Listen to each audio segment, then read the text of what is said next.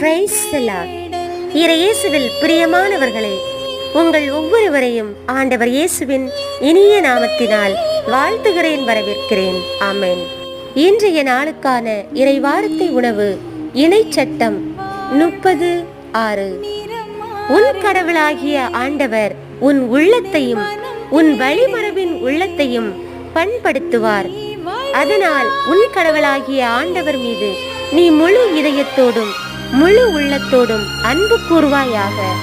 அப்போது நீ வாழ்வு பெறுவாய். ஆமென். கிறிஸ்துவில் பிரியமானவர்களே, இன்றைக்கான இறைவார்த்தையின் மூலம் ஆண்டவர் நமக்கு கற்றுத்தருபவை: நாம் வாழ்வு பெறும் பொருட்டு நம் உள்ளத்தையும் நம் வழிமரபினர் உள்ளத்தையும் ஆண்டவர் பண்படுத்துகின்றார்.